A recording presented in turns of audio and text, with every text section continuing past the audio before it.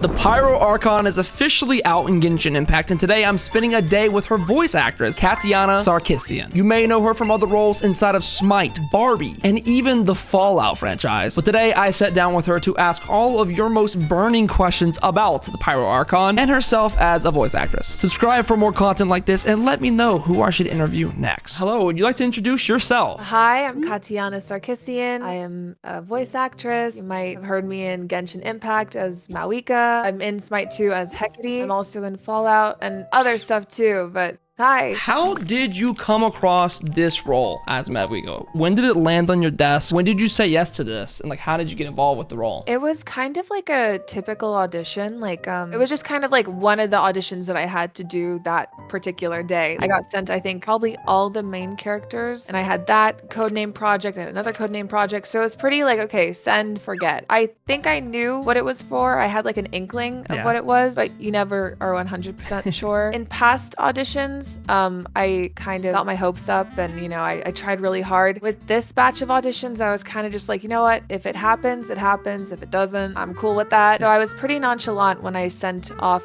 my auditions for all the main characters. But a couple weeks after that, I got an email from my agent being like, oh, they want you to do a callback for this character. And then I was like, oh, shoot, now I'm going to get my hopes up.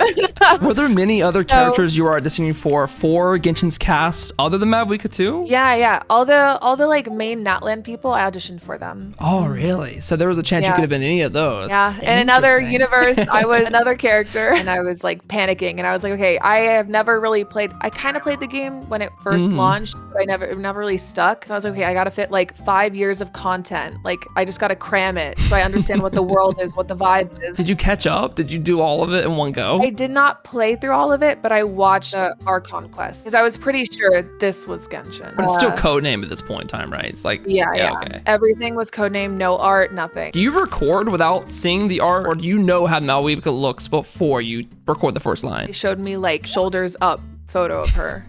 That was it. Just like a head bust shot.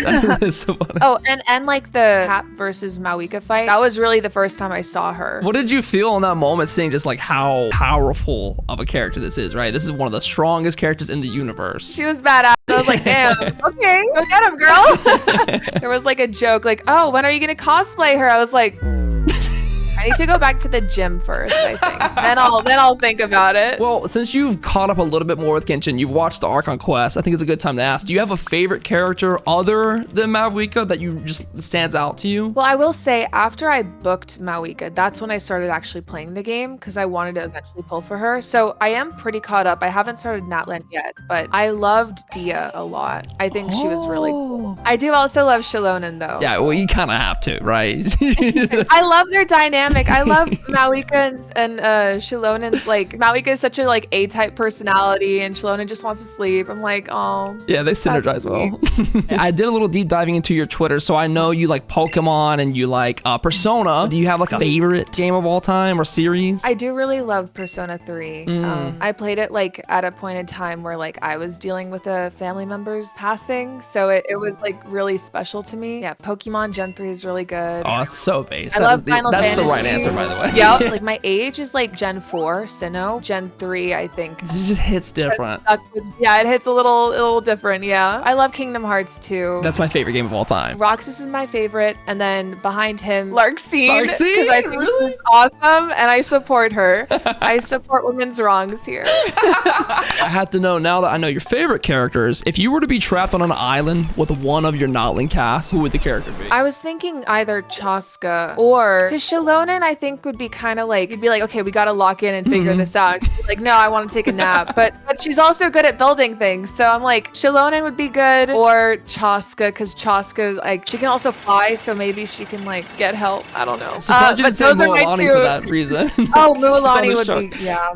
Of course, surrounded by water. That's smart. Shilonen for the vibes, though, for the vibes for sure. So what have been some big differences you've seen between this character you've played as Mavuika and others that you've played in the past? Because you're in a lot of things. You're in Barbie, you're in Smite. There's a ton of stuff you've done. What's the biggest difference between this character versus others you played before? She's just really nice. Like, minus Barbie, I'm pretty sure the characters I play kind of skew more towards like self-serving, if that makes sense. Like Hecate is kind of like sassy goth girl kind of energy. So I think Mavuika is just really really sweet and selfless, and it's cool to play like such a selfless character because I don't think I play a lot of those. Speaking of selfless, did you think she was gonna die through the whole like the process of recording?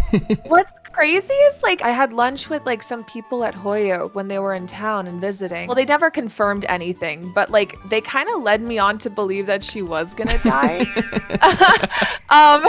Or maybe it was just like, I don't know, we'll see what happens. And I was like, what does that mean? So I really thought she was gonna die, especially because of the history that Himiko has in Impact Third. I don't know if you followed that or not. So like a lot of people suspected that. I was like, when am I gonna? Is this the day that I'm gonna die? Like every session I went in, I was like, is today the day? That's so funny to know. Okay, interesting. Do you have a favorite thing about this character in particular? In terms of her quotes, I think the quote she says in 5.3, our cultural legacy, I forget the exact wording, but it's like, it's not rooted in our suffering, or it's like, it's beyond just, suffering. And I think that kind of connected with me a lot because like my family has been through war, and like I think with a lot of certain places in the world when there is so much war and strife and all this and loss, right? It's easy for everyone to think, okay, that's just what that place is known for. But there's so much more to a country and a culture than just the hardships that the people have faced. That like line really like stuck with me when I recorded it. I really love what like Mavuika stands for because she just wants to make her people like not have to go through anymore. Yeah, I personally really enjoy the little moments outside of war within this nation because we're all, as Genshin players who've played for years, we're looking at this nation, we're ready for this big, grandiose war landscape where things are always ravaged by war. But we get here and we're all so surprised by how much they're having fun together. There's the concert thing that they had with the trailer they put out. They do so much more than just be deprived by war. So I think that's a really powerful explanation. How do you feel about it? That was a great answer. That was really good. Oh, thank you. Outside of Mavuika and voice acting, what are your other passions? Like, what do you like to do? What does Katiana enjoy in life? That's a really great question.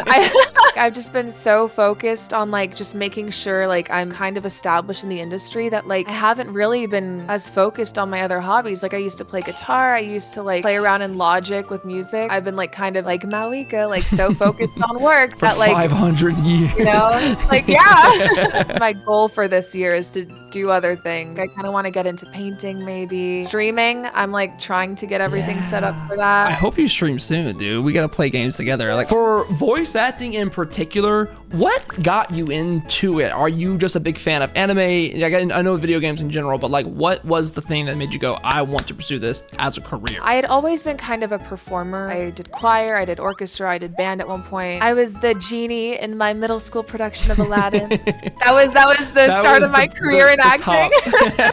At the same time, like my cousins came to visit and they introduced me to Pokemon, which is I think the first game I really played when I went to Thanksgiving, right? And everyone was playing Kingdom Hearts 2 and I was like, oh, what is this game? Oh, there's Disney characters. Oh, I want to play this. Little did I know I was gonna cry about Roxas like the next game. I was like, okay, I love games, I love performance. But then my family was always like, well, you have to do something stable with your job. You have to be an engineer or a lawyer or a doctor, you know, typical stuff. Right. I read an interview from some actors in a game that I was like really into at the time, and they mentioned that they had gone to USC to study theater before they went into voiceover. And I was like, oh my god, I'm applying to that school. Why don't I see what happens, you know? I got in. I couldn't major in theater because my parents were like, no, do business. But I minored in theater and I made sure to take all these acting classes. I kind of figured it out. Like I made my demo, I reached out to representation, got an agent, and found my way here. To an interview with Duck TV. That's crazy. Yeah. One thing I wanted to ask too is within the process of recording, it probably took a while to do all of this, obviously. Was there one moment in the recording process that you remember is like, oh, this is my favorite moment in the booth, or like favorite moment for this character? Probably the animated short was really so good. Thank you. I wanted to say it was fun, but it was like me like crying in between. So you were basically doing like a speed run of her entire journey up until like the player meets her, right? And it just felt really cool going through that with her. So I was like, oh honey, you therapy. You need generational therapy. Outside of Mavuika, is there a dream role in any universe that you would love to have, either existing or not existing yet. I would be happy with any work, but I think like a dream role, I guess, would be like either a Kingdom Hearts character. Kingdom Hearts 4, that would go crazy. Hopefully. If they were ever to redo Final Fantasy X, if they were looking for new voices, I would love to audition for Lulu. I think I could eat, but that's just me. I want to come back to this clip when you're in Kingdom Hearts 4. It's going to be great. Oh. So if there are 3 things that you as Katiana are bringing with you when you leave the house every day, what are they? AirPods. Yeah, AirPods for my little walkie walks, my hot girl walks. Maybe like lipstick or like lash glue.